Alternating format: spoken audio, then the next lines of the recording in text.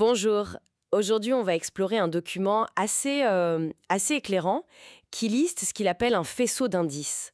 L'idée, c'est de repérer des fragilités ou, disons, des besoins potentiels chez les personnes qui sont accompagnées. Et ça couvre plein de domaines, hein. L'argent, le logement, la santé, le travail, enfin, un peu tout. On va essayer de voir comment tout ça s'imbrique, comment ces facteurs peuvent signaler une situation de vulnérabilité. Ce qui est frappant dès le début, c'est vraiment cette idée de cumul, hein. Le document, il insiste bien là-dessus. Les difficultés, souvent, elles s'additionnent. C'est pas juste un truc isolé. Et c'est cette accumulation, en fait, qui est souvent le vrai signal d'alarme. C'est ça. C'est tout à fait ça, oui. On parle moins d'un seul problème que comment dire, une constellation de facteurs. Et le document, justement, il les regroupe en grandes catégories pour aider à mieux comprendre la situation globale. On peut commencer par le cadre de vie, si vous voulez. C'est vraiment la base. D'accord. Le cadre de vie. Alors là-dedans, on a des choses très concrètes, très matérielles. Côté finance, par exemple.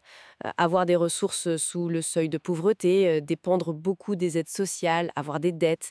Et le document va même jusqu'à mentionner l'absence de compte bancaire personnel. Pourquoi c'est si important ça, l'absence de compte? Ah oui, l'absence de compte bancaire perso, c'est souvent un indicateur très fort d'exclusion financière. Ça rend tout plus compliqué en fait, pour recevoir des aides, pour gérer un budget, même tout petit, comme ne pas avoir de domicile stable, vivre en hébergement d'urgence ou précaire, ou alors habiter dans un quartier prioritaire, un QPV, ou même dans une zone rurale un peu isolée, où il y a beaucoup de chômage. Oui, on voit bien le lien là. La difficulté financière qui pèse sur le logement et puis le fait d'habiter dans certains endroits qui peut freiner pour trouver du travail ou accéder aux services. C'est ce cercle vicieux que le document met en avant, hein. Exactement. C'est un des points clés. Ces éléments s'influencent et se renforcent les uns les autres. Ce qui nous amène d'ailleurs à la question de la mobilité et puis de l'accès aux services en général. Ne pas avoir le permis de conduire, ou ne pas avoir de voiture, ou même ne pas pouvoir prendre les transports en commun. Ça réduit énormément les possibilités, surtout pour chercher un emploi par exemple. Et pour la santé ou le côté administratif. Le document parle de l'absence de carte vitale ou de mutuelle. Qu'est-ce que ça dit au fond? Ben, ne pas avoir de carte vitale, c'est pas juste un papier qui manque, hein. Ça veut souvent dire que l'accès aux soins est plus compliqué, voire impossible parfois. Ça peut retarder des soins nécessaires, Ah oui, bien sûr. et donc aggraver des problèmes de santé qui existent déjà. Le document mentionne d'ailleurs les maladies chroniques, les addictions comme autres indices. Et à tout ça, il faut ajouter ce qu'on appelle la fracture numérique. Hmm. Pas de téléphone, pas d'accès à Internet, ou alors une mauvaise maîtrise de l'ordinateur. Aujourd'hui, ça coupe de beaucoup de choses. Oui, l'accès aux droits, aux informations. Tout à fait, ça isole encore plus. Donc on voit bien ces manques d'accès géographique, numérique, santé, ils isolent vraiment. D'accord. Donc, au-delà du matériel pur, ces freins, ils ont un impact direct sur l'isolement. Et comment le côté social, la vie pro, s'articule avec tout ça? C'est un peu le cœur du problème souvent. Le document met l'accent sur l'isolement social, oui, mais aussi les difficultés familiales.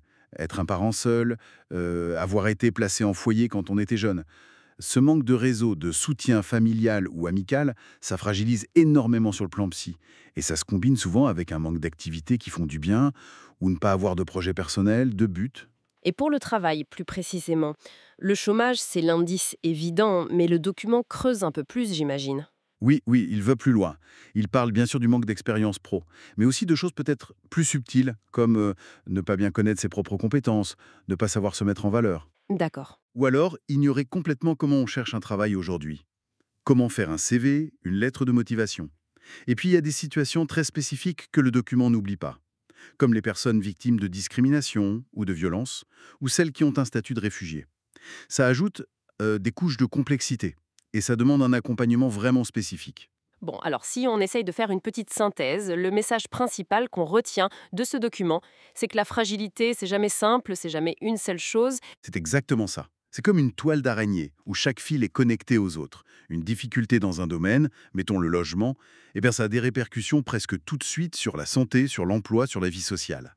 Et c'est très important de garder en tête que ce sont des indices, juste des signaux potentiels. Ils ne collent pas une étiquette sur la personne, mais ils peuvent alerter les professionnels sur là où un soutien serait peut-être utile. Ça pousse vraiment à avoir une vision très très globale dans l'accompagnement. Absolument. Et ça ouvre une question importante, je crois, pour la suite. Si on est d'accord que ces fragilités sont liées, qu'elles s'entretiennent mutuellement, Comment est-ce que les dispositifs d'aide, les accompagnements, peuvent vraiment intégrer cette vision d'ensemble?